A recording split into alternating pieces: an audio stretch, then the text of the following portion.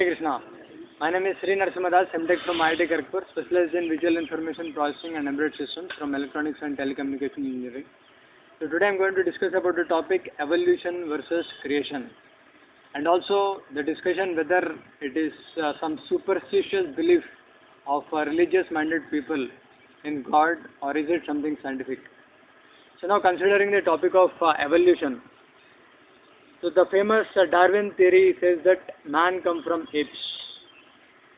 If you accept this particular point, with so much increase of population of human beings, the apes should have been completely extinguished. But both man are there and apes are also there. And if man come from apes, where is ape man? There should be someone who has qualities of both ape and man. And if man come from apes, the first man should have come 40,000 years before. But the fossil record says that there are men 4 lakh years before, 4 million years before, and 4 billion years before also.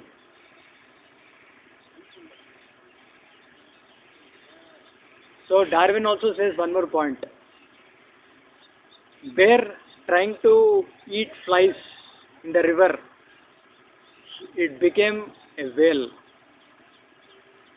So is it really scientific to accept these particular points? And one more point I can tell you. Cat trying to swim in the water became catfish. And a deer trying to eat some leaves on the trees which are at a little bit higher level in height. They tried to eat the leaves at a higher level, and their neck became elongated and it became giraffe. So if this were true, there should have been necks of different heights in between deer and giraffe. But we see only a very long necked giraffe and deer. So these are all very important points to analyze, because is it really scientific to believe in evolution? So let us see what scientists say about it. So 120 scientists, this is a report of John and Moore.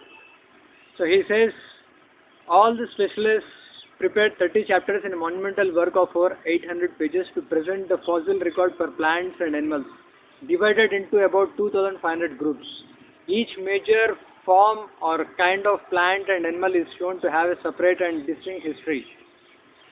And it says that groups of both plants and animals appear suddenly in the fossil record, whether it is whales, bats, horses, primates, elephants, hares, squirrels, etc.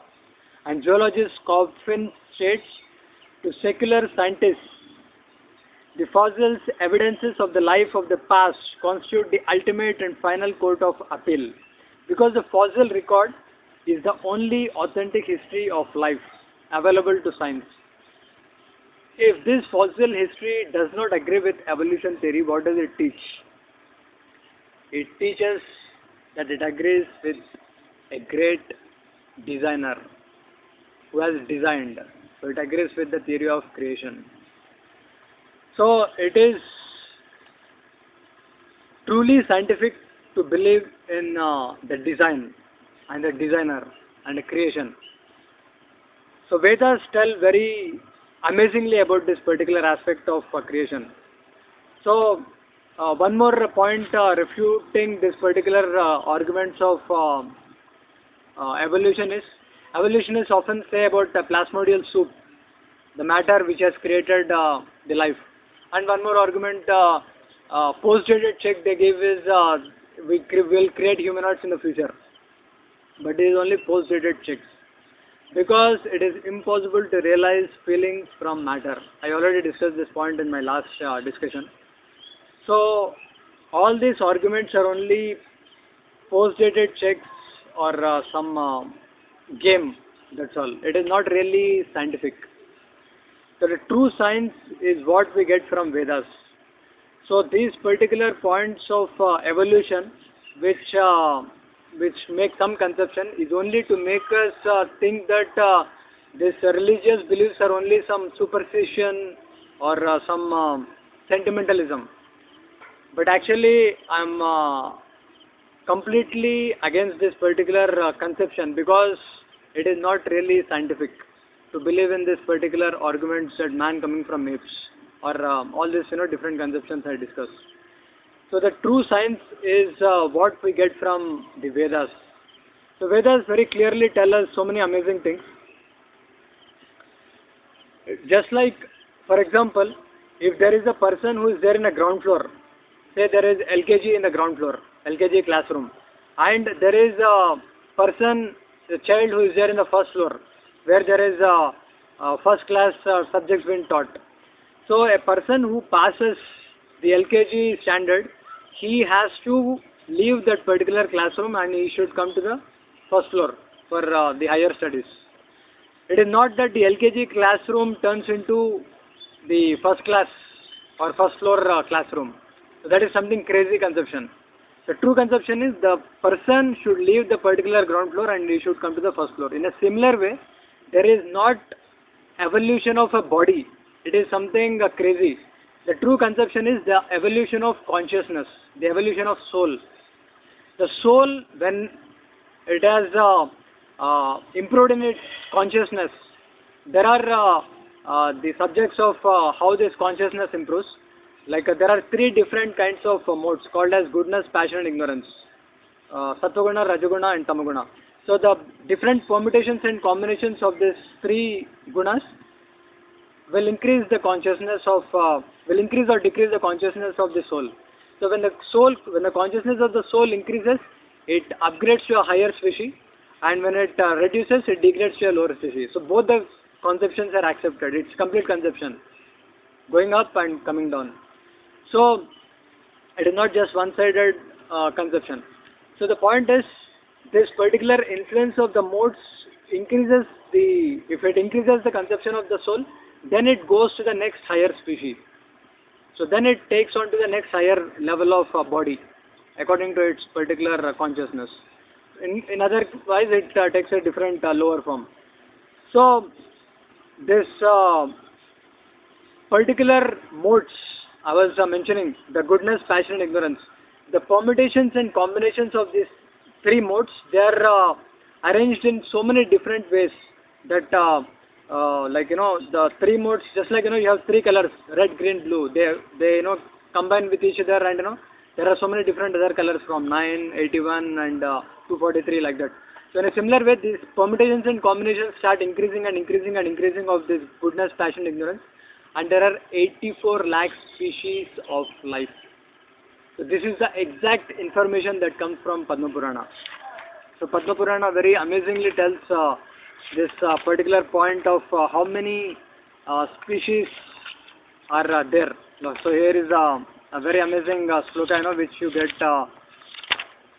Jalaja Navalakshani, Tavara Laksha Vimshati, Krimaya Rudra Sankhya Kha, Pakshinam Dasha Lakshani, Pasavas Trimsha Lakshani, Manushya Chatur Lakshani.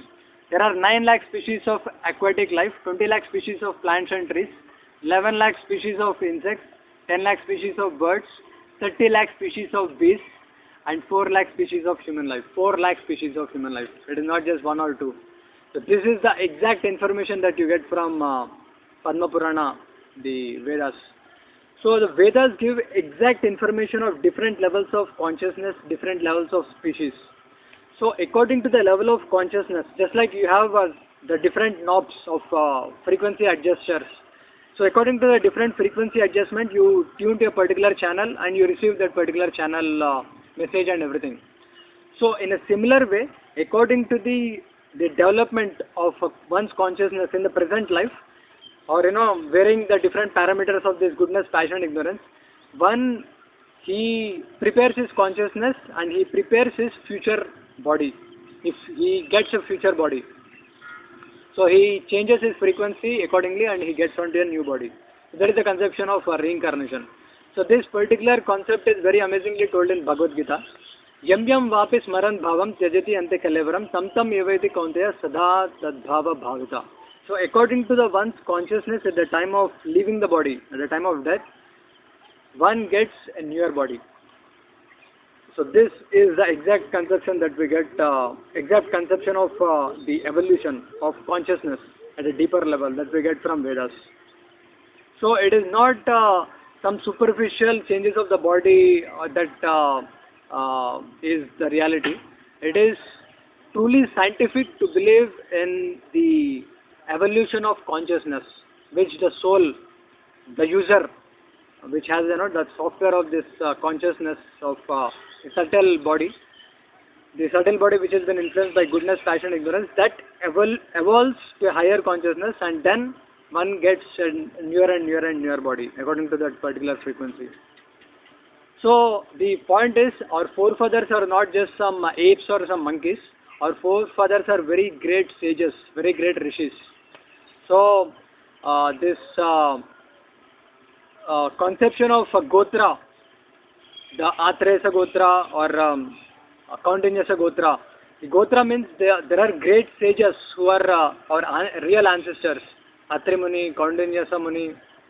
So these are the people from whom there are so much of creation and everything that took place in this material world.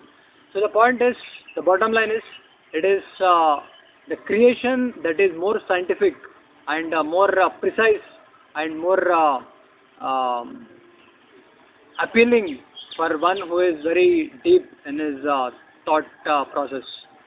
So the bottom line is, it is creation and not the evolution. That's the fact. Hare Krishna.